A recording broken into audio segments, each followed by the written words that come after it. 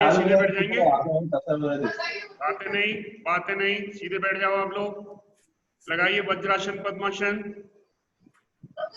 Any comfortable position. कमर को सीधा रखिए, कमर सीधी, आंखें बंद, फेस रिलैक्स पोजीशन में, शोल्डर चेस्ट रिलैक्स।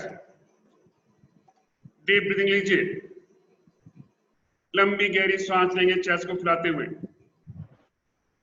लंबा गहरा श्वासन लेना है आपको,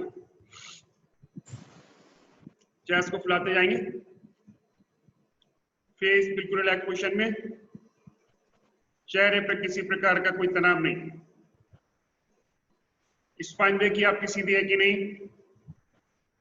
गर्दन आपकी सीधी है कि नहीं। आराम से श्वास को लीजिए, नॉर्मल पोजीशन में जैसे अपने आप स्वतः चलती है। श्वास लेते छोड़ते समय कोई प्रतिक्रिया नहीं। दोनों नासिकाओं से श्वास अंदर जा रही है, दोनों नासिकाओं से बाहर आ रही है। श्वास अंदर लेते समय नासिकारंध्रों में हल्की सी ठंडक और श्वास छोड़ते समय हल्की सी गर्माहट। इसी के ऊपर मन को एकाग्र करके रखना है। मन में किसी प्रकार के बाहरी विचार नहीं, आपका ध्यान सिर्फ नासिकारंध्रों पर लगा हुआ। श्वास अंदर लेते समय और छोड़ते समय ठंडे गर्म की जो अनुभूति हो रही है, उस अनुभूति के ऊपर मन को कंसंट्रेट करके रखिए। मन को लगा के रखिए। श्वास अंदर लेते समय और छोड़ते समय हमें कैसा फील हो रहा है। चेहरे को बिल्कुल रिलैक्स पोजीशन में रखना है। Forehead, eyes, eyebrow, nose, lips बिल्कुल रिलैक्स पोजीशन में रखिए। सिर्फ नासिकारंध्र पर मन को एकाग्र करके रखना है। दोनों नासिकाओं से श्वास अंदर जा रही है, दोनों नासिकाओं से बाहर आ रही है।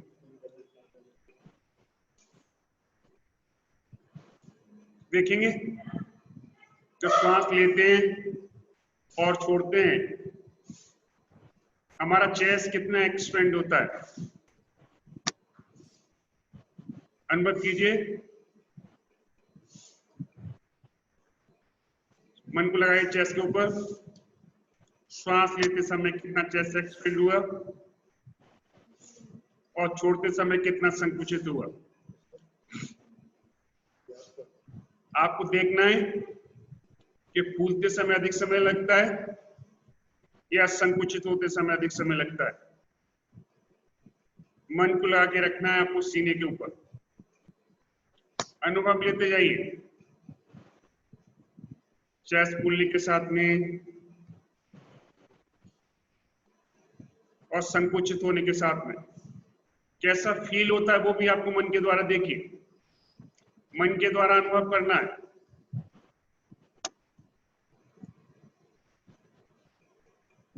देखेंगे जब चेस्ट खुलता है तो आपके कंधे ऐसे फील होगा आपको कि कंधे भी आपके ऊपर की तरफ जा रहे हैं। कुर्सी ला दे।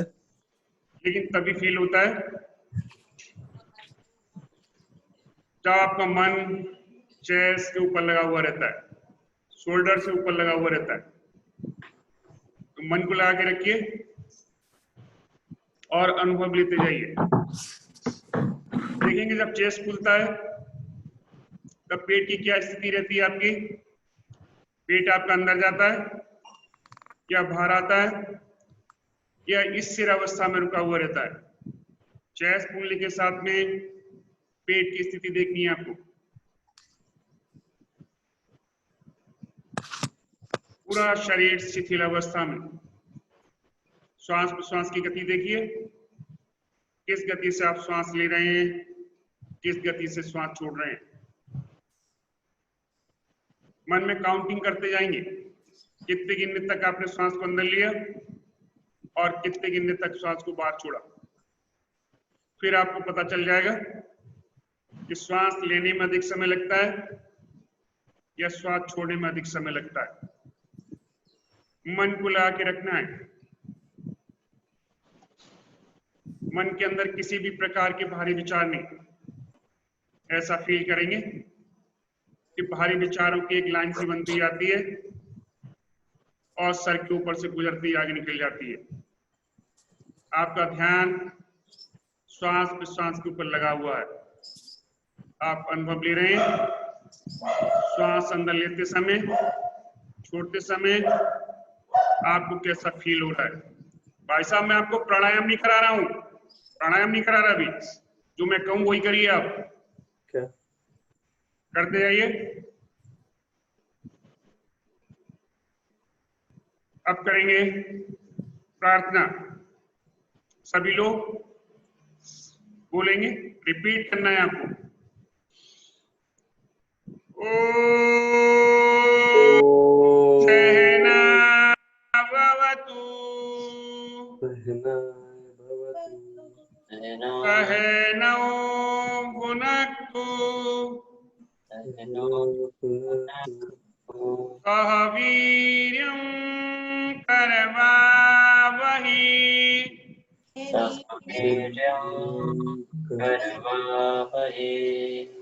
तेजस्विनावधीतमस्तु तेजस्विनावधीतमस्तु मा विद्विषावहि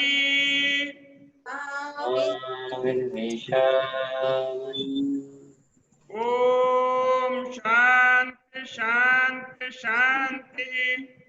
ओम शांति शांति शांति। तुम लोगों को लगता है प्रार्थना करने में कुछ परेशानी होती है, किसी की आवाज ही नहीं निकलती, चुपचाप बैठे रहते हैं। यार करा करो प्रार्थना। नहीं, सुबह सुबह भगवान का नाम लीजिए। जय श्री राम। चलिए सीधे बैठे रहेंगे, करेंगे kapalbhati. Ready, in start. Force के साथ में श्वास को छोड़ना है। हर कंधे को रिलैक्स रखिए, शोल्डर रिलैक्स रहेंगे कपालभाति करते समय, तान के नहीं रखते हैं, स्पाइन सिर्फ सीधी रहती है। राहुल चौधरी आप सीधे रिलैक्स रखिए, स्पाइन कंधे रिलैक्स रखिए। अब करिए कपालभाति का अभ्यास। फोर्स के साथ में छोड़िए श्वास को। हर श्वास के साथ में पेट अंदर, श्वास बाहर, पेट अंदर। एक से स्टॉप देते जाइए, एक से स्टॉप। हर श्वास के साथ में पेट अंदर जाएगा, श्वास बाहर, पेट अंदर। जोर से धक्का लगना चाहिए नाभि के ऊपर। जब भी कपालभाति का अभ्यास करते हैं तो जोर से धक्का लगता है। और एक से स्टॉप देने हैं आपको, एक से स्टॉप देंगे। करते जाइए। जब भी आपके एब्डोमेन में दर्द होता है, पेन शुरू हो जाता है, तब आप रुकेंगे, लंबी गहरी श्वास लेंगे, फिर से स्टार्ट कर देंगे। करते जाइए। फोर्स के साथ में श्वास को छोड़ना है। जोर से धक्का लगे नेवल रीजन के ऊपर। इसका सबसे ज्यादा महत्वपूर्ण यह है कि नेवल रीजन पे जोर से धक्का लगना चाहिए। कंधे बिल्कुल भी हिलेंगे डुलेंगे नहीं, कंधे हिलेंगे डुलेंगे नहीं। फोर्स के साथ में छोड़िए। सिर्फ एब्डोमेन के मूवमेंट होंगे, वो भी नाभि से नीचे के भाग पर, लोअर एब्डोमेन के। आपकी कोशिश रहेगी लोअर एब्डोमेन के मूवमेंट्स हों। फेस के कोई एक्सप्रेशंस नहीं, फेस को रिलैक्स पोजीशन में रखिए। नासिकाओं से श्वास को छोड़ना है आपको। करते जाइए।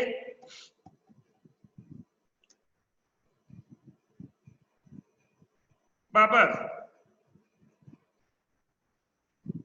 आ जाइए। वापस आने के बाद लंबी गहरी श्वास लीजिए, चेस्ट को फैलाते हुए।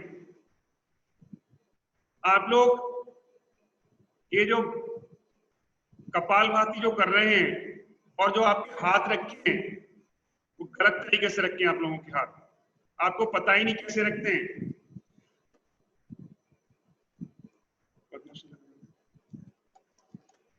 एक बार देख लिए, जो लोग पद्मासन में बैठ के करते हैं। क्या दीप्ति, क्या हाल है दीप्ति जैन? आवाज नहीं आ रही तुम्हारी। देखिए जब भी देखिए जब भी कपालभाति का अभ्यास करते हैं, इस पोजीशन में करते हैं, ऐसे हाथ रहते हैं घुटनों के ऊपर और स्पाइन आपकी सीधी रहती है। आप ध्यानात्मक आसन में बैठ के कर लेते हैं, ऊपर करते हैं, ये गलत करते हैं। जब भी हाथ की ऐसी मुद्रा बनाते हैं तब करते हैं जब ध्यान का अभ्यास करते हैं। ये ध्यान के अभ्यास के दौरान ये मुद्रा बनाएंगे आप कपालभाति के दौरान बना लेते हैं, ऐसे शरीर हिलता है आपका। सिर्फ एक ही में रखते हैं इस ऐसे मुद्रा जब ध्यान का अभ्यास करते हैं। ये मुद्रा कब बनाते हैं? जब ध्यान का अभ्यास करते हैं, उससे पहले नहीं बनाते। आप कभी भी ध्यानात्मक मुद्रा में बैठ के करते हैं, ध्यानात्मक मुद्रा में बैठ के कपालभाति नहीं होती है। ये दोनों हाथ रखते हैं घुटनों के ऊपर, जिससे आपका शरीर हिलता नहीं है। जब भी सर हमसे ये पॉज नहीं बनता। क्या नहीं बनता? पद्मासन नहीं लगा पाते तो इसमें है क्या? ये दोनों उंगलियां, अंगूठा और उंगली मिलाना है, ये दोनों तीनों उंगलियां सीधी करना है और ऐसे रखिए। जब भी आप कपालभाति करते हैं या कोई भी प्राणायाम का अभ्यास करते हैं तब ऐसे ही रहते हैं हाथ। ये आपको जो दिखाई दे रहे हैं पोस्चर में इस तरीके से रहते हैं, स्पाइन सीधी रहती है। अपन गलत तरीके से करते, हर चीज में ध्यान का अभ्यास में बैठ जाते हैं, ऐसे नहीं करते। लोगों को पता ही नहीं, हर चीज को ऐसे ही करके कराते हैं। ये सिर्फ ध्यान का जब अभ्यास करेंगे तभी करेंगे इसका अभ्यास, तभी बैठते इस पोजीशन में मुद्रा बना के। इसको प्रणव मुद्रा बोलते हैं और तभी इस प्रणव मुद्रा का महत्व है। आप कोई चीज को गलत तरीके से करते तो आपको कोई बेनिफिट नहीं है। Sir excuse me. हाँ मैडम। सर हमसे ये पद्मासन नहीं लगता। कोई बात नहीं, अर्ध पद्मासन लगाओ, आधा लगाओ, फिर धीरे धीरे लगने लग जाएगा। सर चौकड़ी मार के बैठ सकते हैं या वज्रासन में बैठ सकते हैं? वज्रासन में बैठो ना। देखिए मेन इसमें क्या है, कपालभाति में आपकी स्पाइन सीधी रहनी चाहिए। जब भी आप कपालभाति का अभ्यास करते हैं स्पाइन सीधी रहनी चाहिए। क्यों स्पाइन सीधी रहनी चाहिए? क्योंकि जब भी हम कपालभाति श्वास को छोड़ते हैं तो पेट अंदर जाना चाहिए और आपका कमर झुकी हुई है तो पेट अंदर जाएगा ही नहीं आपका। मेन मकसद ये है कि पेट कब अंदर जाता है तो स्पाइन शुड बी स्ट्रेट। वही आप करते नहीं है। जो भी चीज मैं कहता हूं ध्यान से सुना करो। जब तक कोई चीज को आप गलत करोगे तो कोई बेनिफिट नहीं है। आप कितना भी करो, बेनिफिट तभी होते हैं जैसे सही तरीके से करते हैं। और सही तरीका सबसे करते हैं, इधर उधर मत देखिए, आप सिर्फ हमारी तरफ ध्यान रखिए। 2 घंटे में 2 घंटे ध्यान रख लीजिए, बाकी तो आप इधर उधर भटकते रहिए, कोई दिक्कत नहीं है। जब भी योग का अभ्यास करते हैं आपको भटकना एकदम से बंद हो जाएगा, बिल्कुल नहीं भटकेंगे। जब ध्यान का अभ्यास करेंगे, प्राणायाम का अभ्यास करेंगे तब मन आपके एकाग्र हो जाएगा। ठीक है, तो जब भी कपालभाति करते हैं इसी पोजीशन में रखते हैं। चलिए एक राउंड फिर से करेंगे कपालभाति का। Ready start. फोर्स के साथ में छोड़ते जाइए, जोर से धक्का लगे नाभि के ऊपर। घेवर निशान पे जोर से धक्का लगता है जब भी कपालभाति का अभ्यास करते हैं। करते जाइए।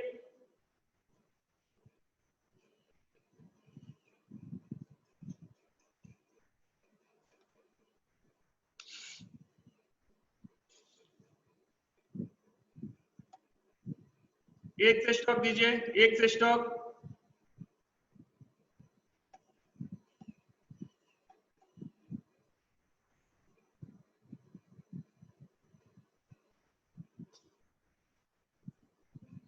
स्टॉप।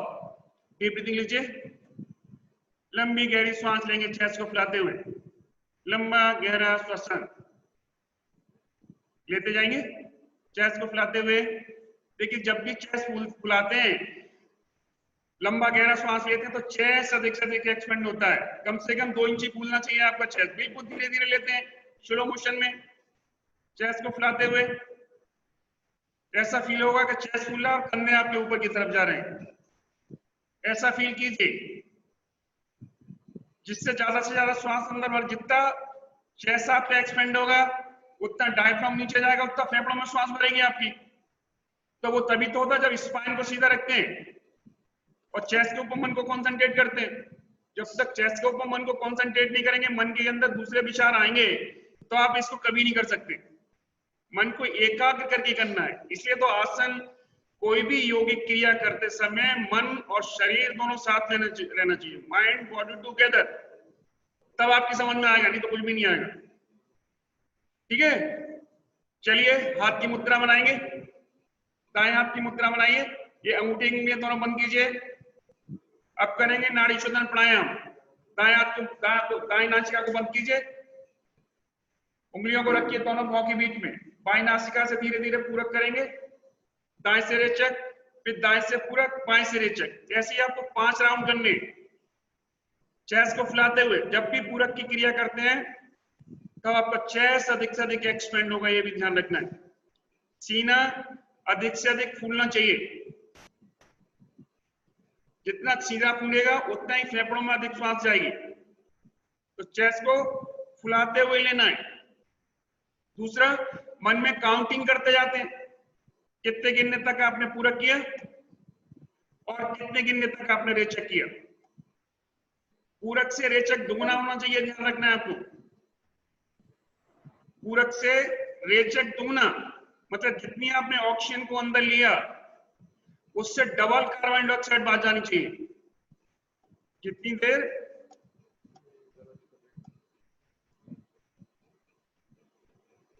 गलत कर रही हो, क्या नाम है इसका? 4 वाला। हाँ?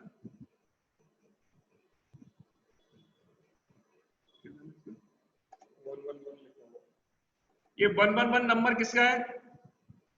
गलत कर रही हो बेटा, तुम गलत कर रही हो प्राणायाम का अभ्यास, गलत कर रही हो। आपको सिर्फ चेस्ट को फुलाते हुए लेना है धीरे धीरे, और धीरे धीरे छोड़ना है। चेस्ट को फुलाते हुए लीजिए और बिल्कुल धीरे धीरे छोड़िए। अरे तुम एकदम से छोड़ देती, यही तो दिक्कत हो रही है। श्वास लेने से छोड़ने में डबल समय, जितनी देर आपने श्वास को लिया है उससे डबल समय में छोड़ना है। तो बिल्कुल इसको ऐसे रख, जब भी श्वास को लेते हैं तो ऐसे रखिए। शरीर आपका हिलता क्यों, मेरी समझ में नहीं आता। फिर आपने फिर लिया, अपने आप जाने दीजिए। अब गलत कर आगे झुक जाते हैं। स्पाइन को सीधा रखो, गर्दन को सीधा रखो, तब तो आप कर पाएंगे इसका। गलत तरीके से करेंगे तो आपको कोई लाभ नहीं होगा। लाभ तभी होता है जब सही तरीके से करते हैं।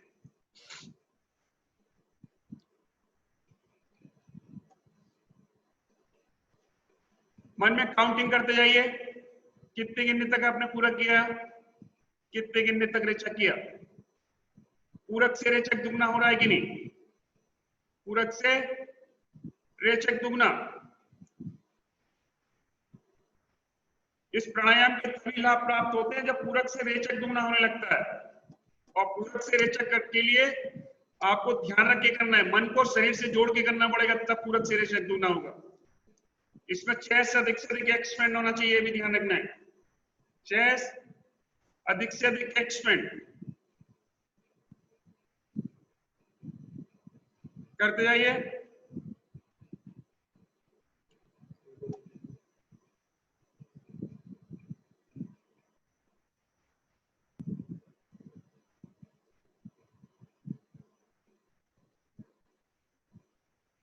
वापिस आ जाएंगे,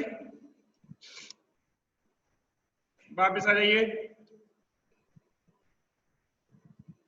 आसन खोल दीजिए, पीठ के बल लेट जाइए, पीठ के बल लेट जाओ। सर इसमें एक चीज है, जब अपन नाड़ी शोधन करते हैं तो 1 से 5 तक की काउंटिंग में श्वास को लेना है और 1 से 10 तक की काउंटिंग में छोड़ना है। ये अपने अनुसार कर सकते हैं ना इस रेशो को? नहीं नहीं, हाँ, जब से डबल छोड़ना है। जितनी देर है, जैसे आपने 15 सेकंड में लिया तो 30 सेकंड में छोड़ना है। ओके ओके सर, ठीक है, जितनी देर में आपको लिया उससे डबल समय में आपको छोड़ना है, ये ध्यान रखना है इसमें। Okay sir. ये 5 सेकंड तो बहुत कम होती है, 5 गिनने तक, कम से कम 15 गिनने तक लो। Okay sir.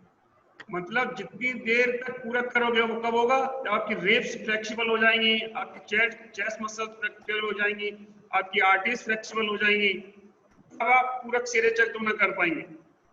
और जब इसका रोज नियमित अभ्यास कर देते हैं तो ऑटोमेटिकली फ्लेक्सिबल हो जाती है, तो आपको बेनिफिट होने लगता है। ठीक है, चलिए पीठ पर लेट जाइए, पीठ के बल लेटिए, दोनों पैरों को मिलाएंगे, दोनों हाथ साइड में, गर्दन सीधी। अब करेंगे अर्ध हलासन। दाएं पैर को उठाइए धीरे धीरे ऊपर की तरफ,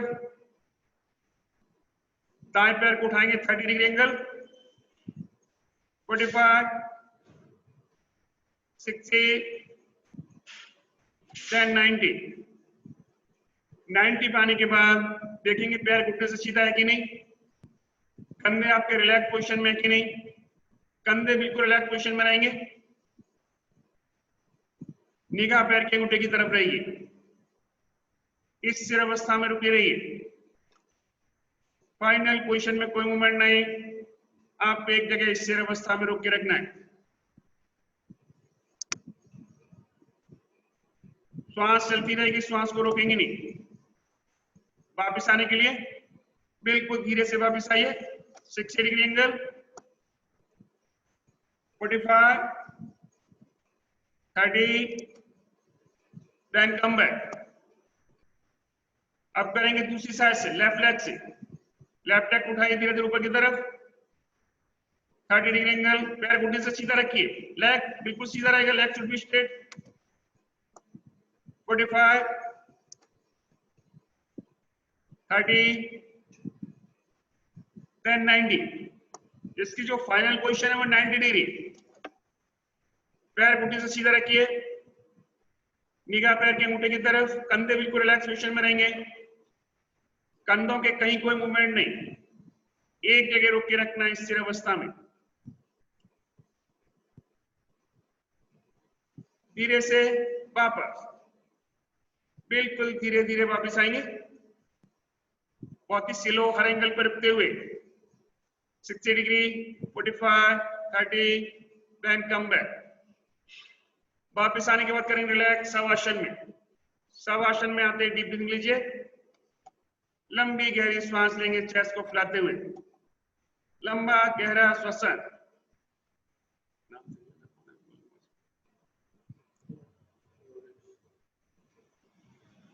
लंबा गहरा श्वसन लीजिए, दोनों पैरों को मिलाइए, दोनों हाथ साइड में, गर्दन सीधी। अब करेंगे उत्तान पादासन। दोनों पैरों को उठाइए धीरे धीरे ऊपर की तरफ, 45 डिग्री एंगल पे ले जाइए, 45 डिग्री कोण पे रोक के रखना है आपको, कंधे बिल्कुल लेफ्ट पोजीशन में, पैर घुटने से सीधे, लोअर एब्डोमेन के ऊपर मन को कंसंट्रेट कीजिए। नाभि से नीचे के भाग पर कितना खिंचाव महसूस हो रहा है अनुभव कीजिए, और इस स्थिर अवस्था में रुके रहिए। फाइनल पोजीशन में कोई मूवमेंट नहीं, आपको एक जगह रोक के रखना है, बार बार पैर हिलेंगे डुलेंगे नहीं। आपको 45 डिग्री 90 पे नहीं ले जाना है, 45 डिग्री मैंने बोला आपको, 45 डिग्री पे रोक के रखिए स्थिर अवस्था में। धीरे से वापस, बिल्कुल धीरे धीरे वापस आएंगे। वापस आने के बाद करें रिलैक्स शवासन में। डीप ब्रीथिंग लीजिए, लंबी गहरी सांस लेंगे चेस्ट को फैलाते हुए। मैंने आपको बताया था कि ये जब भी बिगनिंग में ये उत्तान पदासन में आप रुक नहीं पाते हैं, तब आप दोनों हाथों को पटक के नीचे रख के कर सकते हैं। दोनों पैर मिलाइए, दोनों हाथ साइड में, गर्दन सीधी, दोनों हाथों को रख के पटक के नीचे रखिए, एक बार पटक के नीचे रखिए। अब पैरों को उठाइए धीरे धीरे ऊपर की तरफ, 45 डिग्री एंगल पे ले जाओ, 45 डिग्री कोण पे, पैर घुटने से सीधे रखिए,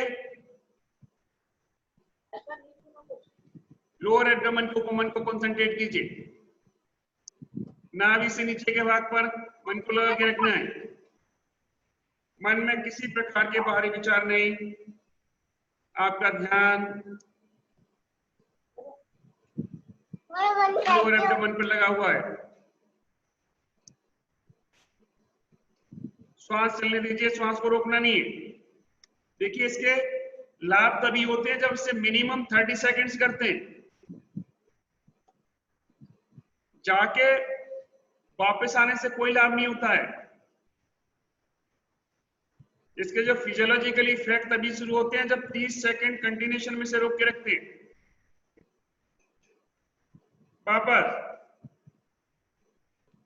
वापस आने के बाद करें रिलैक्स शवासन में।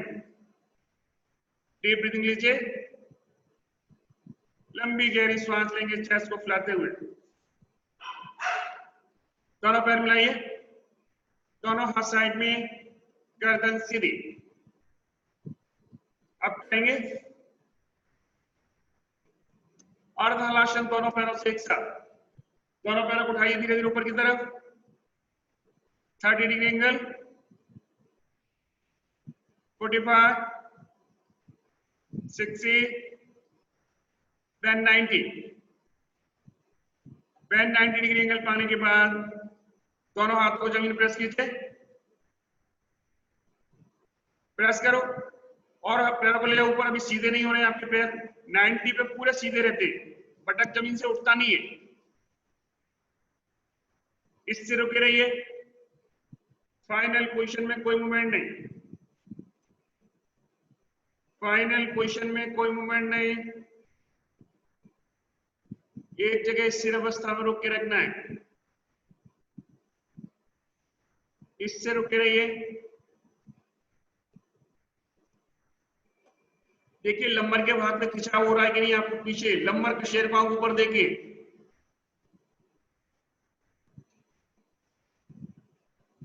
लोअर एब्डोमेन पे कितना प्रेशर आ रहा है ये भी अनुभव कीजिए।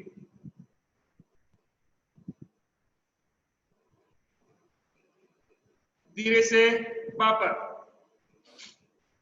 बिल्कुल धीरे से वापस आएंगे। हर एंगल पर एकदम से वापस नहीं आना है, मैंने आपको बताया था जैसे रिवर्स पोजीशन में वापस आएंगे, 60 डिग्री, 45, 30, फिर कम बैक, हर जगह रुकते हुए आना है आपको। लंबी गहरी सांस लीजिए चेस्ट को फैलाते हुए शवासन में, लंबा गहरा श्वसन।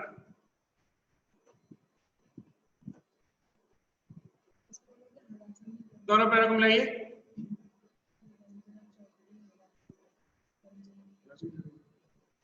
दोनों पैरों को मिलाइए, दोनों हाथ साइड में, गर्दन सीधी। अब करेंगे पवन मुक्तासन, दाएं पैर को घुटने से मोड़ के लाइए, घुटने को लाइए चेस्ट की तरफ, दोनों हाथों को ले जाएंगे, दोनों हाथों से घुटने को प्रेस कीजिए, पूरा प्रेस करने के बाद गर्दन को उठाइए धीरे धीरे ऊपर की तरफ। गर्दन को उठाएंगे और अपनी ठोड़ी को टच करने की कोशिश करेंगे, घुटने से ठोड़ी को टच करने की कोशिश कीजिए। इस स्थिर अवस्था में रुके रहेंगे, फाइनल पोजीशन में कोई मूवमेंट नहीं, इससे रुके रहिए, श्वास चलती रहेगी।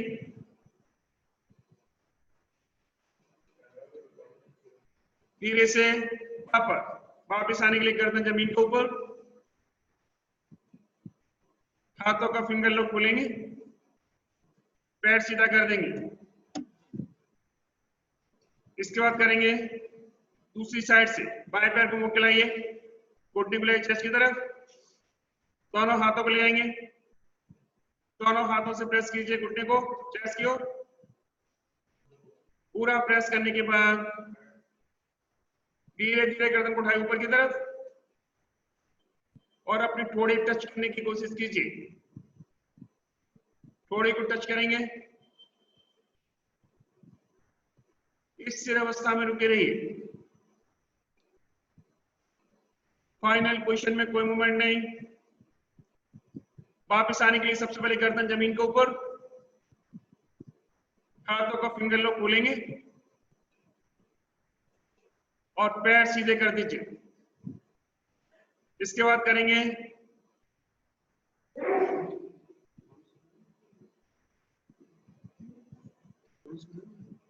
रिलैक्स करेंगे शवासन में, डीप ब्रीथिंग लीजिए, दोनों पैर मिलाइए, दोनों हाथ साइड में, गर्दन सीधी। अब करेंगे पवन मुक्तासन, दोनों पैरों से एक साथ, दोनों पैरों घुटनों से मुड़ के लाइए, घुटनों के लिए चेस्ट की तरफ, दोनों हाथों को ले प्रेस कीजिए घुटनों को चेस्ट की ओर। पूरा प्रेस करने के बाद धीरे धीरे गर्दन को उठाइए ऊपर की तरफ, ठोड़ी को टच कीजिए दोनों घुटनों के बीच में, दोनों घुटनों के बीच में ठोड़ी को टच करना है। इस स्थिर अवस्था में रुके रहेंगे, फाइनल पोजीशन में कोई मूवमेंट नहीं, फाइनल पोजीशन में कोई मूवमेंट नहीं होंगे आपके। श्वास आपकी चलती रहेगी, श्वास को रोकना नहीं है, श्वास को रोकेंगे नहीं, इससे रुके रहिए।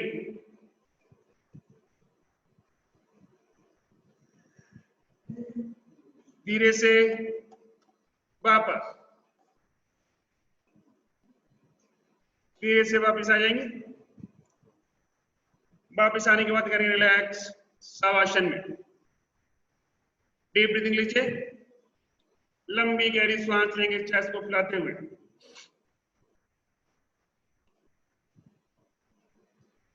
दोनों पैरों को मिलाएंगे, धीरे से करवट लेके उठ के बैठ जाइए। करवट लेके उठ के बैठ जाएंगे। आपके एक और नया आसन बताता हूं, नौकासन। नौकासन, इस आसन को नौकासन के नाम से इसलिए जाना जाता है क्योंकि इस आसन की अंतिम अवस्था में पहुंचने के बाद हमारे शरीर क्या करके नाव की तरह प्रतीत होती है, नाव जैसी दिखाई देती है, इसलिए इसका नाम नौकासन पड़ा। बोट पोज, इंग्लिश में बोट पोज कहते हैं इसको।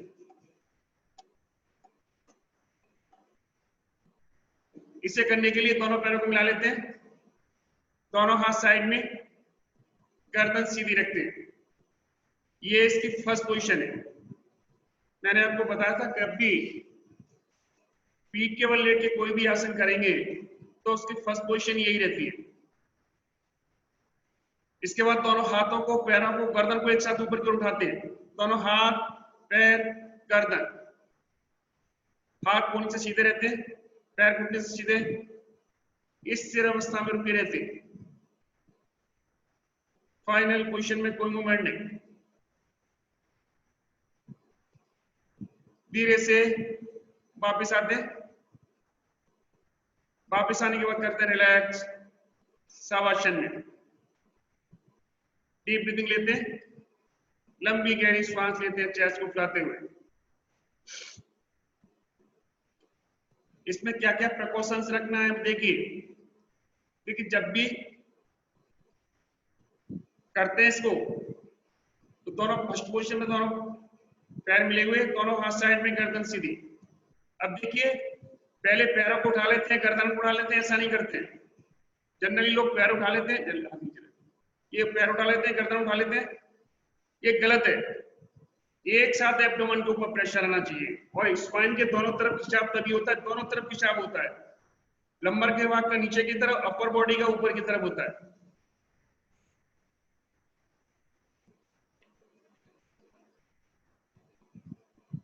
ये तो आपको ध्यान रखना है। वापिस जब भी इसे करते हैं तब दोनों पैर, गर्दन और हाथ एक साथ आते हैं ऊपर की तरफ। एक बार फिर से देखिए, दोनों पैरों को मिलाते हैं, दोनों हाथ साइड में, गर्दन सीधी, धीरे धीरे उठाते हैं ऊपर की तरफ। देखिए ये एक साथ ऊपर की तरफ जाएंगे, पैर के घुटने से मोड़े नहीं है, हाथ कोहनी से बिल्कुल सीधे, हाथ के अंगूठे मिले हुए रहते हैं। अब देखिए निगाह पैर के अंगूठे की तरफ है, इसमें सर का भाग और पैर के अंगूठे एक चीज में रहते हैं, ये भी आपको ध्यान रखना है। सर का भाग और पैर के अंगूठे एक चीज में, इसी पोजीशन में रुके रहते हैं। धीरे से वापस आते हैं, वापस आने के बाद करते हैं रिलैक्स शवासन में। लंबा गहरा सांस लेते हैं चेस्ट को फुलाते हुए।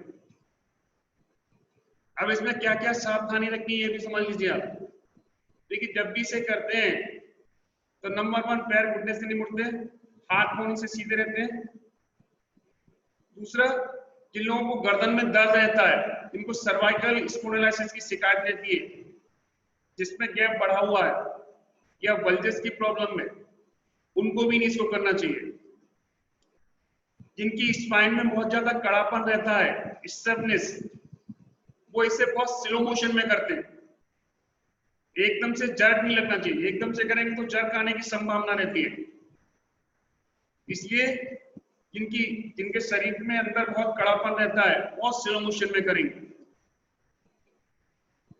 दूसरा, जिन लोगों को पेट में अल्सर है, अल्सर की इनको शिकायत रहती है, वो भी नहीं करते इसको,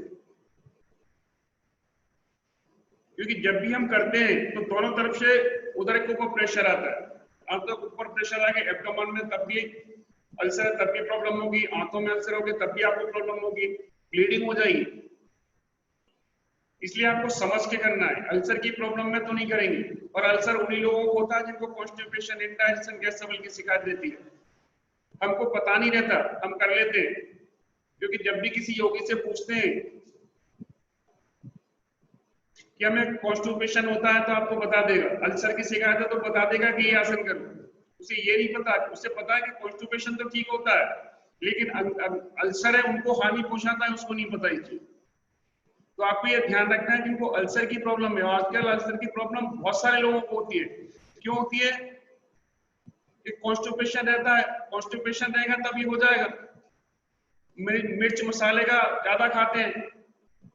इंदौर शहर में तो खाना खाने के बाद जाते हैं सराफे में खाने के लिए, यहाँ तो बहुत चलन है खाने का। अभी जो जाते थे वो थोड़ा सा रुके पड़े लॉकडाउन के कारण, नहीं हो पा रहा उनका। तो आप ये ध्यान रखना है। दूसरा, अब इसके लाभ देखिए, जब भी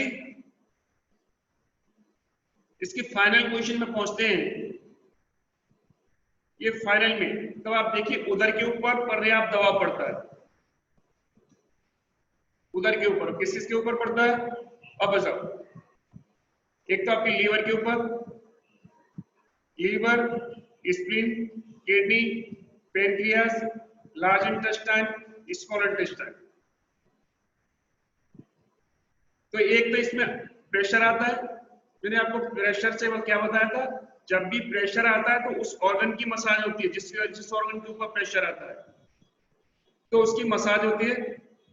जैसे आंतों के ऊपर प्रेशर आया, लार्ज और स्मॉल इंटेस्टाइन के ऊपर, तो उनके फंक्शंस प्रॉपर होंगे। क्यों होते हैं? कि जब भी आंतों के ऊपर दबाव आता है तो वहां से वो ब्लड हट जाता है और उसकी जगह पर शुद्ध रखा जाता है, तो उनके फंक्शंस प्रॉपर होंगे। आपको इन लोगों को कॉन्स्टिपेशन की शिकायत है, इंडाइजेशन की शिकायत है, एसिडिटी की शिकायत है, खाना खाने के बाद अफरा जैसा लगता है, उसमें भी आपको लाभ देगा। मतलब मैं स्पष्ट रूप से आपको ये कहना चाहूंगा सिंपल भाषा में कि जो इस आसन का अभ्यास नियमित रूप से करता है कम से कम 30 सेकंड रुकता है, क्योंकि 30 सेकंड के बाद इसके बेनिफिट शुरू होते हैं। तब आपको कॉन्स्टिपेशन, इंडाइजेशन, गैस ट्रबल की शिकायत कभी नहीं हुई। ये नहीं है, इसमें दूसरे भी है, पवन मुक्तासन भी है, और भी आसन है। उनमें से इंडाइजेशन के लिए ये भी आसन महत्वपूर्ण है। फिर क्या होता है, इसमें पेनक्रियास के ऊपर पर्याप्त दबाव पड़ता है। पेनक्रियास के ऊपर तो पेनक्रियास की मसाज होती है, उसकी कोई क्षमता फिर से वापस आ जाती है, फिर से इंसुलिन धीरे धीरे बनाना शुरू कर देती है। तो ये आसन मधुमेह रोग निवारण में भी सहायता मिलती है। मधुमेह रोग निवारण में सहायता मिलती है। इस आसन में देखेंगे जैसे कर्व बनता है, एक बार फिर से देखिए, देखो कैसे कर्व बनता है। आप देखिए, ये देखिए, ये तब आपको किडनी के ऊपर भी दबाव पड़ता है। जिन लोगों को किडनी की शिकायत रहती है उसमें भी फायदा करेगा आपको। यदि आपने नियमित रूप से करा तो आपको कभी भी किडनी की शिकायत कभी नहीं होगी, क्योंकि इसके अभ्यास से किडनी की मसाज होती है, जिसके उसके फंक्शन प्रॉपर होते रहते हैं। इस आसन में आप देखेंगे ब्लैडर, यूट्रस में भी प्रभाव पड़ता है। इसकी फाइनल पोजीशन में पहुंचते हैं तो एक बार देखिए फिर से, फाइनल पोजीशन में पहुंचने के बाद यूट्रस और ब्लैडर के ऊपर पर्याप्त दबाव पड़ता है, जिससे महिलाओं को मासिक क्रम में कोई प्रॉब्लम नहीं हो सकती। जिन लोगों को मासिक क्रम में प्रॉब्लम रहती है, पीरियड्स प्रॉपर नहीं होते, पीरियड्स में बहुत ज्यादा पेन होता है, एब्डोमेन में पेन होता है पीरियड्स के समय, ऐसे लोगों की ऐसे लेडीज के लिए बहुत उपयोगी है। जिनको नहीं होते हैं वो सुचारू रूप से होने लगते हैं, तो महिलाओं के लिए बहुत उपयोगी माना गया है। दूसरा, इसमें स्पाइन फ्लेक्सिबल बनती है, जो सर्वाइकल से लेकर के लंबर तक के वर्टिब्रा हैं, आधे ऊपर की तरफ खिंचते हैं, आधे नीचे की तरफ खिंचते हैं, तो वो फ्लेक्सिबल हो जाते हैं। मतलब स्पाइन में इस आसन का अभ्यास आप नियमित रूप से करेंगे तो आपकी स्पाइन भी फ्लेक्सिबल हो जाएगी, सुदृढ़ तथा लचीली। और इसका नियमित अभ्यास करते रहे तो कभी भी आपके स्पाइन संबंधी कोई रोग नहीं होगी, ना तो आपको सर्वाइकल की प्रॉब्लम होगी, ना लंबर की प्रॉब्लम किसी में होगी, ना थोरैक्स वर्टिब्रा प्रॉब्लम होगी, किसी भी वर्टिब्रा में आपको प्रॉब्लम नहीं होगी। क्यों? फ्लेक्सिबल बने रहते हैं।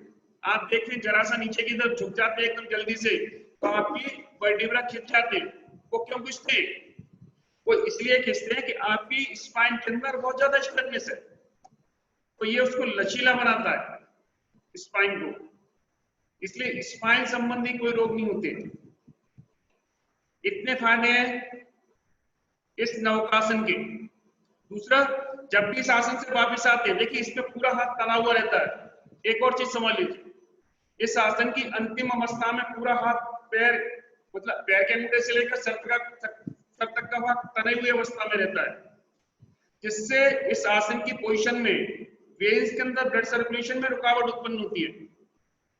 जैसे इस आसन से वापस आते हैं तो पूरे शरीर में शुद्ध रक्त तेजी से प्रभावित होता है, शुद्ध रक्त, जिससे पूरा शरीर स्वस्थ तथा निरोगी रहता है।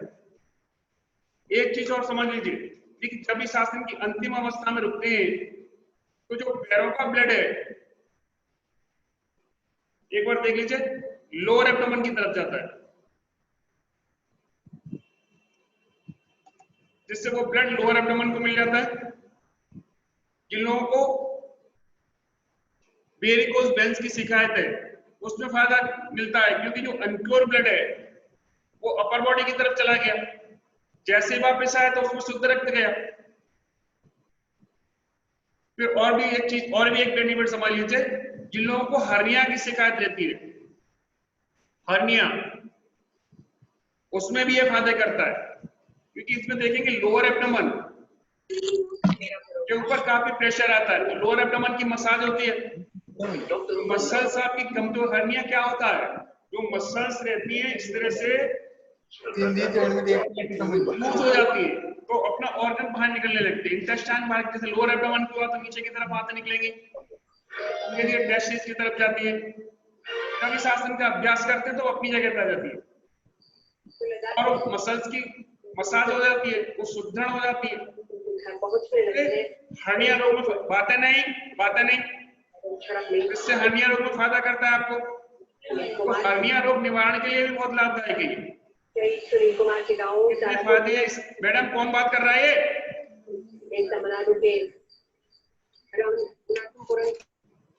कौन बात कर रहा है? बात मत करिए। तो जब भी इसे करते हैं तो हमें इतने सारे लाभ प्राप्त हो जाते हैं। और किसी को समझ में नहीं आया तो पूछ लीजिए। सर, हाँ मैडम बोलिए। सर स्पॉन्डिलाइटिस में किसको, स्पॉन्डिलाइटिस का एक बार बता दीजिए कि किसका बताया था आपने स्पॉन्डिलाइटिस? मैंने ये बताया था, इसमें जिनमें स्पॉन्डिलाइटिस में गैप बढ़ा हुआ होता है, जिसमें प्रोड्यूसिंग लिखा हुआ, वो उसमें नहीं करते। अच्छा, और बल्जे होती है उसमें नहीं करते। यदि स्पाइन में रिड्यूसिंग लिखा है तो कर सकते हैं, क्योंकि इसमें खिंचाव होता है। रिड्यूसिंग में खिंचाव वाले आसनों का उपयोग करते हैं। लेकिन जिनको रिड्यूसिंग लिखा हुआ है, गैप बढ़ा हुआ है, वो प्रेशर वाले और ट्विस्टिंग वाले आसनों का उपयोग करते हैं। तो जिनको सर्वाइकल स्पॉन्डिलाइटिस में ये प्रॉब्लम है, जिसमें गैप बढ़ा हुआ है, उसमें नहीं कर सकते। सर अगर बैक पेन, थोड़ा बैक पेन होगा तो? नहीं, बैक पेन में तो बिल्कुल भी नहीं करते। बैक पेन तो किसी भी प्रकार का होता तब भी नहीं आप करेंगे, क्योंकि इसमें से कर्व बनता है, लंबर के भाग का कर्व, इस तरह से कर्व बन जाता है, कर्व ऐसे। ये अंदर की तरफ प्रेशर डालता है, तो सर? कमर दर्द में इसे बिल्कुल नहीं करते। सर जिन्हें साइटिका हो वो कर सकते हैं क्या? क्या चीज? जिन्हें साइटिका की प्रॉब्लम हो वो कर सकते हैं क्या? बिल्कुल नहीं कर सकते। साइटिका के लिए मैं अलग आसन आपको बताऊंगा, कौन से में साइटिका में करते हैं, कौन से नहीं करते, ठीक है? आपको सभी बीमारियों को बता दूंगा। और कुछ सर बीपी पेशेंट्स कर सकते हैं? और कुछ? सर इस सर, आसन बीपी में हाथ, सर इस आसन में हाथ पैर गर्दन तीनों एक साथ उठाते हैं ना? एक साथ उठाते हैं, एक साथ ही उठाएंगे, ठीक है? सर बोलिए बोलिए। सर मैं स्पोर्ट्स बैकग्राउंड से हूँ, मैं एथलीट हूँ, तो हम लोग जब वेट लेते हैं तो थोड़ा बैक पे, जैसे मंगलवार और फ्राइडे को वेट लेते हैं तो थोड़ा बैक में पेन रहता है, तो उस कंडीशन में इसको करेंगे? नहीं, बैक पेन में बिल्कुल भी नहीं करते। मैं आपको बताऊंगा, जैसे फ्लेक्सिबल हो जाएगी आपकी स्पाइन, और जब फ्लेक्सिबल क्यों होता है कि जिस लंबर के वर्टेब्रा में स्टिफनेस रहती है, तो जैसे ऊपर की तरफ उठाते हैं पहले खिंचा हुआ, फिर एकदम से प्रेशर आ जाता है। जैसे ही प्रेशर आएगा तो आपको पेन शुरू होगा। जब फ्लेक्सिबिलिटी आ जाएगी, जैसे आपको ट्विस्टिंग वाले आसन किए आपने, कुछ फॉरवर्ड बेंडिंग वाले आसन किए, कुछ बैकवर्ड बेंडिंग आसन करे, तो वो फ्लेक्सिबल हो जाती है। फिर आप करेंगे तो आप देखना भी, आप 1.5 महीने के बाद देखना और आप वेट उठाना, आपको वो प्रॉब्लम जो आ रही है बिल्कुल नहीं आएगी। Okay okay okay. चलिए पीठ के बल लेट जाइए, दोनों पैर मिलाएंगे, दोनों हाथ साइड में, गर्दन सीधी, गर्दन सीधी रखिए। अब करेंगे नौकासन, दोनों हाथों को, पैरों को, गर्दन को उठाइए एक साथ ऊपर की तरफ, दोनों हाथ पैर गर्दन एक साथ ऊपर को उठाएंगे, पैर घुटने से सीधे, हाथ कोहनी से सीधे, इस स्थिर अवस्था में रुके रहिए। फाइनल पोजीशन में कोई मूवमेंट नहीं, आपको एक जगह रोक के रखना है इस स्थिर अवस्था में। श्वास चलने दीजिए, श्वास को रोकेंगे नहीं, इससे रुके रहिए। फाइनल पोजीशन में कोई मूवमेंट नहीं, श्वास आपकी चलती रहेगी। धीरे से वापस। सर ये हमसे नहीं हो रहा। अरे हो जाएगा मैडम, अभी तो पहला दिन है, हो जाएगा। शवासन कीजिए, लंबी गहरी श्वास लेंगे चेस्ट को फुलाते हुए, लंबा गहरा श्वसन लीजिए चेस्ट को फुलाते हुए। एक बार फिर से उठ के बैठिए, गलत कर रहे हैं आप लोग। एक बार फिर से देखिए बैठ के, देखिए जब भी आपको करते हैं तो हाथ का रहते हैं, हाथ जंघा की सीध में नहीं रहते। बैठ के देखिए, देखिए दोनों पैर मिले हुए, दोनों हाथ साइड में, देखिए हाथ ऊपर की तरफ रहते हैं, ये बिल्कुल सीधे, गर्दन बिल्कुल सीधी रहती है, पैर घुटने से सीधे रहते हैं, हाथ उठे हुए रहते हैं, जंघाओं पे सीध में नहीं रखते हाथों को, ये गलत है, ऐसे नहीं रखते। हाथ ऊपर ले जाते हैं, ऊपर पोजीशन में रखते हैं, धीरे से वापस। एक बार फिर से कीजिए, दोनों पैर मिलाएंगे, दोनों हाथ साइड में, गर्दन सीधी। अब दोनों हाथों को, पैरों को उठाइए, गर्दन को एक साथ ऊपर की तरफ, दोनों हाथ पैर गर्दन ज्यादा से ऊपर क्यों ले आइए, पैर घुटने से सीधे, हाथ कोहनी से सीधे, और इस स्थिर अवस्था में रुके रहिए। फाइनल को सामने देखिए, घुटनों की तरफ देखिए, इस स्थिर अवस्था में रुके रहेंगे। फाइनल पोजीशन में कोई मूवमेंट नहीं, धीरे से वापस, बिल्कुल धीरे धीरे वापस आएंगे। वापस आने के बाद करें रिलैक्स शवासन में, डीप ब्रीथिंग लीजिए, लंबी गहरी श्वास लेंगे चेस्ट को फुलाते हुए, लंबा गहरा श्वसन, धीरे से आंखें खोलेंगे, एड़ी पंजी मिलाइए, धीरे से बॉडी को टर्न कर दीजिए, पेट के बल लेट जाएंगे, बॉडी को टर्न कर देंगे, पेट के बल लेट जाइए, दोनों पैरों को मिलाएंगे, दोनों हाथ साइड में, गर्दन सीधी, हाथों की हथेलियां ऊपर की तरफ, थोड़ी जमीन के ऊपर, एड़ी पंजे मिले हुए। अब दोनों हाथों को कोहनियों से मोड़ के लाइए, कंधों की सीध में रखेंगे, दोनों कोहनियां शरीर से सटी हुई, माथा रखेंगे जमीन के ऊपर, माथा जमीन के ऊपर। अब धीरे धीरे गर्दन उठाएंगे ऊपर की तरफ, नाक थोड़ी को जमीन से स्पर्श करते हुए, गर्दन देन चेस्ट, नाभि से ऊपर तक का भाग उठाना है, नाभि जमीन के ऊपर रहेगी, इस स्थिर अवस्था में रुके रहेंगे। फाइनल पोजीशन में कोई मूवमेंट नहीं, आप एक जगह रोके रखना है स्थिर अवस्था में, इससे रुके रहिए।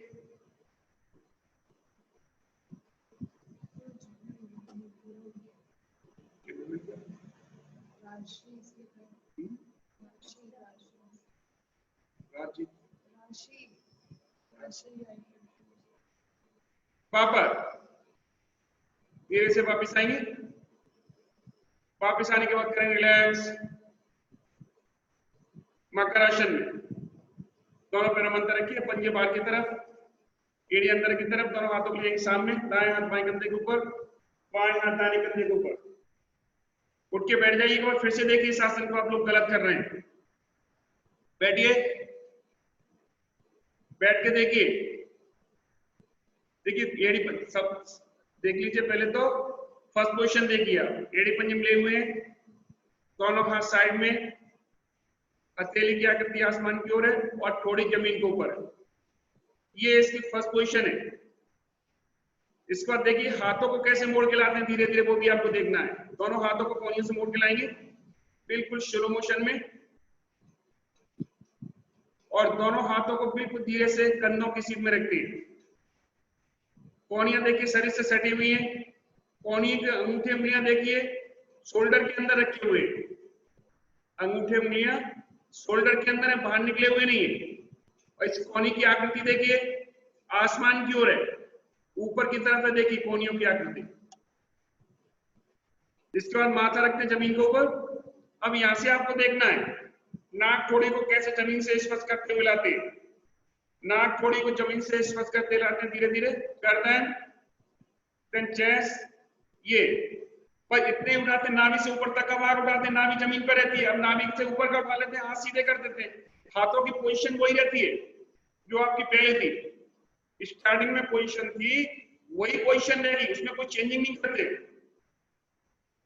ऊपर की तरफ देखने की कोशिश करते हैं।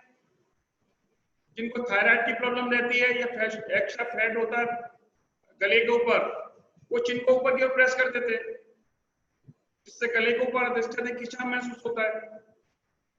एक एक चीज को करना है आपको समझ समझ के, जल्दबाजी बिल्कुल नहीं करनी है। आपको नहीं समझ में आ रहा है तो 10 बार पूछिए, मैं बताऊंगा आपको, लेकिन गलत मत करिए। वापस सर आने के इसमें बाद मकर आसन करते हैं। क्या मैडम? सर इसमें घुटनों और एड़ियों को मिला के रखना है, दोनों पैरों भुजंगासन को मिला के रखते हैं। हाँ, मिला के रखिए पैरों को, एड़ी पंजे बिल्कुल मिले हुए रहते हैं। सर हाँ मैडम बोलिए। सर इसमें हाथों पे प्रेशर नहीं आना चाहिए ना? बिल्कुल भी वेट नहीं आना चाहिए। ओके, देख लीजिए एक बार, फिर से देखिए, एक बार देख लो, हाथों में वेट नहीं आता है। फाइनल पोजीशन में देखिए, दोनों पैर हाथों में मोड़ के लाते हैं, देखिए आप, माथा जमीन के ऊपर, गर्दन को धीरे धीरे उठाते ऊपर की तरफ। अब देखिए हाथ, देखिए हाथों पे कहाँ वेट आ रहा है, रुकी हुई है कि नहीं रुकी हुई है। ये दोनों कंधों और स्पाइन के ऊपर वेट बढ़ जाता है, हाथों पे नहीं आना चाहिए। ये हाथों पे वेट आएगा तो आपका चेस्ट एक्सपेंड नहीं होगा। इसका मेन मकसद है कि चेस्ट अधिक से अधिक एक्सपेंड हो, जिससे आर्टरीज के ऊपर खिंचाव उत्पन्न हो।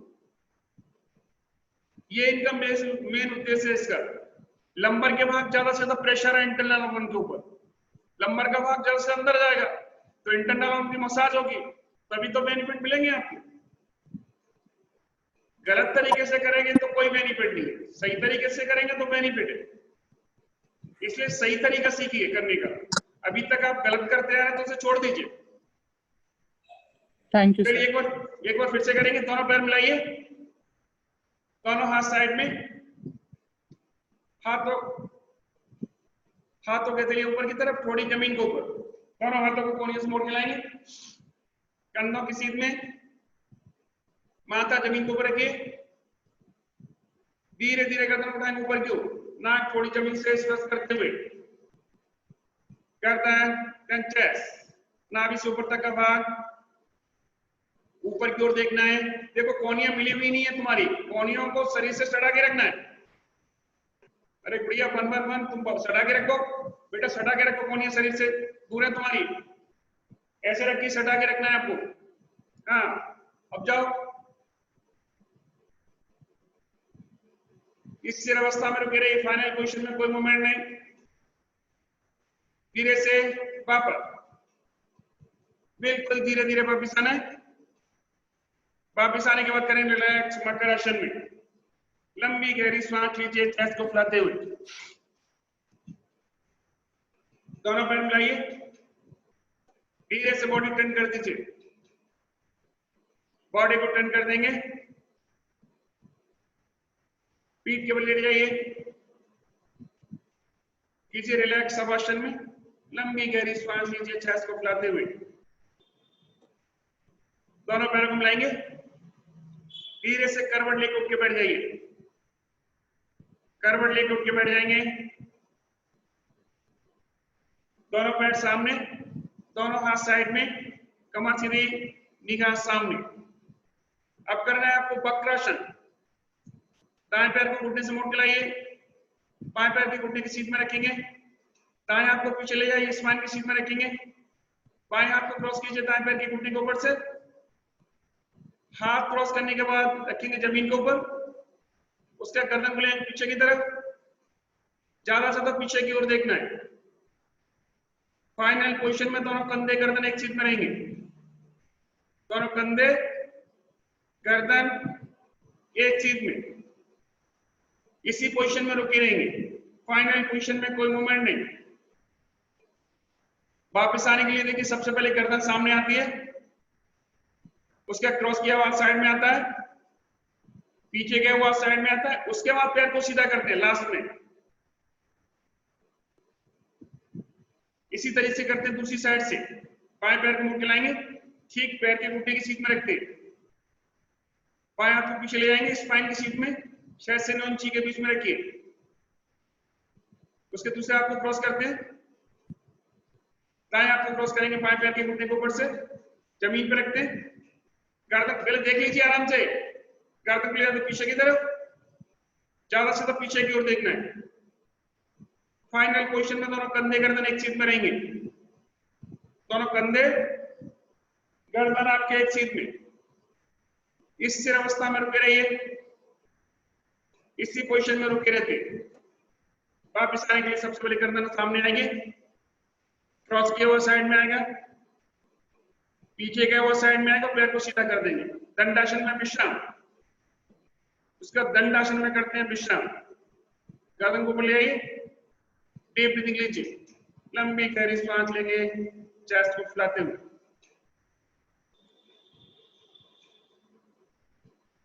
चलिए अब एक बार फिर से करना है आपको, दोनों पैर मिलाएंगे, दोनों हाथ साइड में, कमर सीधी, निगाह सामने, दाएं पैर को घुटने से मोड़ के लाइए, उसके दाएं हाथ को पीछे ले आइए, स्पाइन की सीध में रखिए, बाएं हाथ को क्रॉस कीजिए दाएं पैर के घुटने के ऊपर से, हाथ क्रॉस करने के बाद गर्दन को ले आएंगे पीछे की तरफ, ज्यादा से ज्यादा पीछे की ओर देखने की कोशिश कीजिए। फाइनल पोजीशन में दोनों कंधे गर्दन एक सीध में रहेंगे, जो हाथ पीछे जाता है गर्दन उधर जाती है, आपका गलत कर रहे हैं। राशि क्या है तुम्हारा नाम भैया, गलत कर रहे हैं आप, पीछे ले जाओ, जो हाथ पीछे जाता है गर्दन उधर ही जाएगी, इस साइड में, इस साइड में जाएगी, जो हाथ पीछे जाता है उस साइड में गर्दन जाती है। हाँ, इधर ले जाओ, ज्यादा से ज्यादा पीछे की ओर देखना है।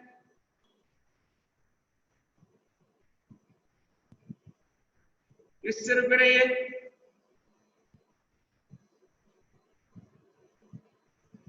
धीरे से वापस गर्दन को लाएंगे सामने, क्रॉस किया हुआ साइड में रखेंगे, पीछे गए साइड में, उसके बाद पैर सीधा करते हैं, उसका दूसरी साइड से करेंगे, बाएं पैर को मुड़ के लाइए, बाएं हाथ को पीछे ले आइए, दाएं हाथ को क्रॉस कीजिए बाएं पैर के घुटने के ऊपर से, हाथ क्रॉस करने के बाद गर्दन को ले आएंगे पीछे की तरफ, ज्यादा से ज्यादा पीछे की ओर देखने की कोशिश करेंगे। फाइनल पोजीशन में दोनों कंधे गर्दन एक सीध में, दोनों कंधे गर्दन एक सीध में रहेंगे। इससे रुके रहिए इसी पोजीशन में। धीरे से वापस, बिल्कुल धीरे धीरे वापस आना। वापस आने के बाद दंडासन में विश्राम। दोनों हाथ पीछे ले आइए, पैरों में अंतर रखिए, गर्दन के लिए ऊपर, डीप ब्रीथिंग सर किस लीजिए। आसन में आराम करना होता है? इस आसन को क्या बोलते हैं? दंडासन। दंडासन। हाँ, चलिए दोनों पैरों को मिलाइए, दोनों हाथ साइड में, कमर सीधी, निगाह सामने। अब करेंगे वज्रासन। दाएं पैर को घुटने से मुड़ के लाइए, दाहिने थंब के नीचे रखेंगे, बाएं पैर को लाएंगे बाएं थंब के नीचे, दोनों हाथ जंघाओं के ऊपर, कमर सीधी, आंखें बंद।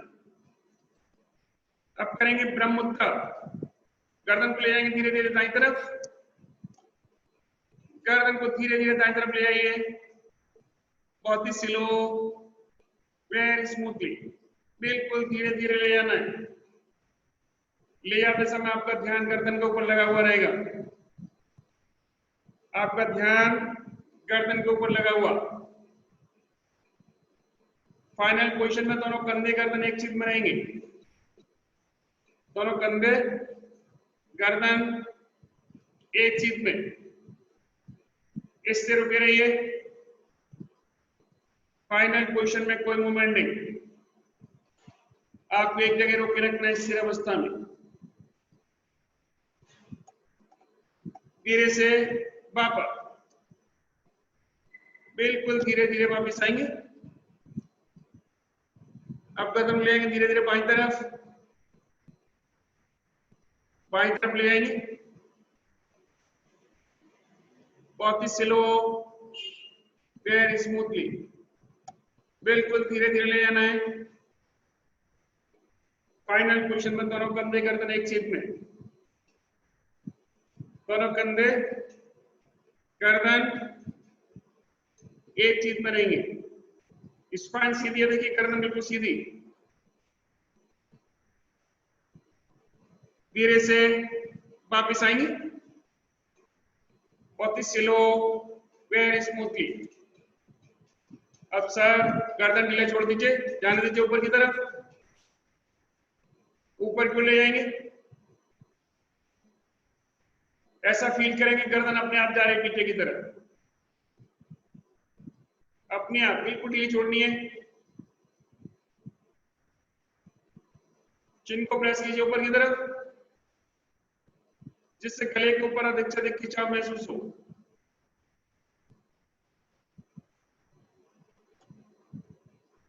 धीरे से वापस, सर गर्दन ढीला छोड़िए, जाने दीजिए नीचे की तरफ।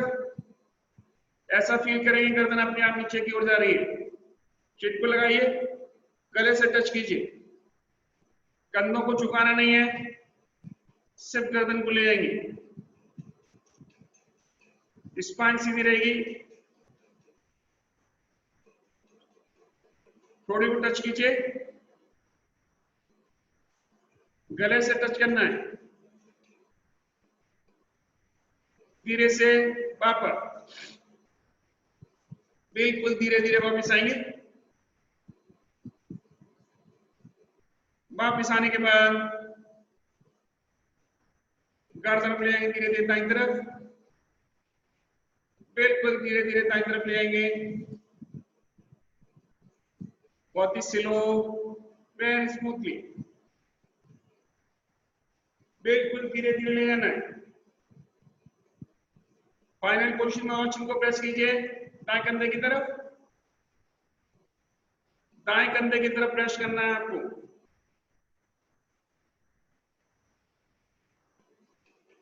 धीरे से वापस, बिल्कुल धीरे धीरे वापस आइए। वापस आने के बाद गर्दन ले जाएंगे बाईं तरफ, एक ही गति से ले जाना रहता है, गति में कोई परिवर्तन नहीं रहता, जाते समय और आते समय जाते समय भी स्लो मोशन में जाते हैं और आते समय भी स्लो मोशन में जाते हैं।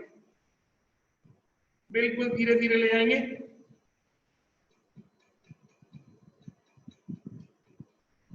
और प्रेस कीजिए कंधे की तरफ, जिससे दोनों कंधे गर्दन एक चीज में आ जाए आपकी।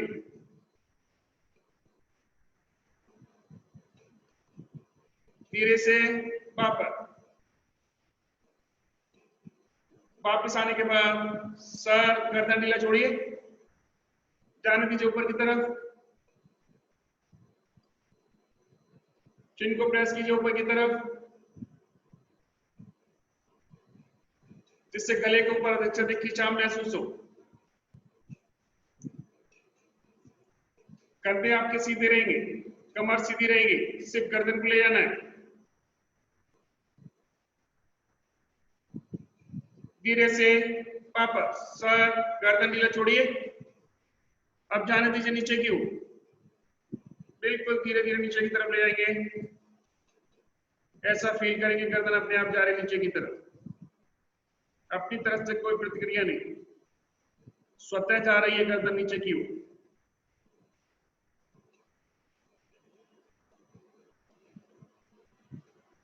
धीरे से वापस, बिल्कुल धीरे धीरे वापस आएंगे। वापस आने के बाद दोनों हाथों को ले आइए कंधों की सीध में, हाथ कंधों की सीधा पहुंचने के बाद धीरे से हाथों को टर्न कीजिए, हाथों को ले आइए ऊपर, हाथों को बनाइए फिंगर लॉक, हाथ टर्न कर दीजिए ऊपर की तरफ। पूरी बॉडी को ज्यादा से ज्यादा ऊपर की ओर फेंकना है, पेट को अंदर की ओर खींचिए, पेट को अंदर की ओर खींचने की कोशिश कीजिए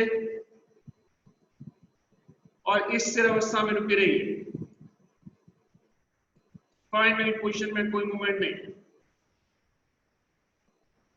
धीरे से वापस, बिल्कुल धीरे धीरे वापस आएंगे। हाथों का फिंगर लॉक खोलिए, सर पेट को अंदर की तरफ खींचना है। हाथों को ले कंधों की सीध में, हाथ कंधे की सीध मारेंगे, हाथों को टर्न कीजिए, हाथ लाएंगे धीरे धीरे नीचे की तरफ, जंघा को ऊपर रखेंगे। इसके बाद दाएं हाथ को लेंगे सामने, दाएं पैर को सामने ले आएंगे, उसके बाद बायां पैर दंडासन में करेंगे विश्राम। दोनों हाथों को लेंगे पीछे, गर्दन को ऊपर ले आइए, पैर के पंजों का मूवमेंट्स कीजिए, घुमाइए क्लॉकवाइज एंटी क्लॉकवाइज, घुमाएंगे क्लॉकवाइज एंटी क्लॉकवाइज। सर हाँ मैडम। सर जब पैर हमने हाथ ऊपर किए थे, लॉक किया था, तो सर हमने पेट अंदर करना है इसमें। हाँ अंदर खींचा करो पेट को, पेट अंदर खींच के, और सर पैरों की पोजीशन वही टच रहेंगे, पैरों की पोजीशन वही रहेगी वज्रासन में, ठीक है। पीठ केवल लेट जाइए, पीठ केवल लेट जाओ। करेंगे शवासन, शवासन कीजिए, दोनों पैरों में अंतर, दोनों हाथ साइड में, आंखें बंद, पूरा शरीर ढीला, पूरे शरीर को ढीला छोड़ दीजिए और लंबी गहरी श्वास लीजिए चेस्ट को फुलाते हुए। लंबा गहरा श्वसन लेंगे, चेस्ट को फुलाते जाएंगे। एक बार अपने मन को पूरे शरीर के ऊपर घुमाइए, मन के द्वारा देखेंगे हमने जो आसनों का अभ्यास किया उनके करने से हमारे शरीर में, शरीर के किसी भी भाग में किसी प्रकार का कोई खिंचाव या कहीं कोई तनाव महसूस तो नहीं हो रहा है। एक बार अपने मन को पूरे शरीर के ऊपर घुमाइए, मन के द्वारा देखना है शरीर को, पूरा शरीर शिथिल अवस्था में। इन लोगों की लंबी गहरी सांस लीजिए, सांस बड़ी हुई नॉर्मल पोजीशन में जाती है। जब भी लंबी गहरी सांस लेते हैं तो आपकी बड़ी हुई सांस बहुत ही जल्दी नॉर्मल पोजीशन में आ जाएगी, क्योंकि चेस्ट को फुलाते हुए सांस को अंदर लेते हैं। जितना चेस्ट को फुलाते हैं उतना ही बॉडी के अंदर ज्यादा से ज्यादा ऑक्सीजन जाती है, और धीरे धीरे छोड़ते हैं तो दूसरी बार बाहर निकल जाती है, इससे बॉडी के अंदर ऑक्सीजन का लेवल बढ़ता है। इसलिए लंबा गहरा श्वसन लेते हैं चेस्ट को फुलाते हुए। पूरा शरीर शिथिल अवस्था में। श्वास को मन को कंसंट्रेट कीजिए। दोनों नासिकाओं से श्वास को अंदर ले रहे हैं, दोनों नासिकाओं से बाहर छोड़ रहे हैं। श्वास अंदर लेते समय हल्की सी ठंडक, श्वास छोड़ते समय हल्की सी गर्माहट। इसी के ऊपर मन को एकाग्र करके रखना है।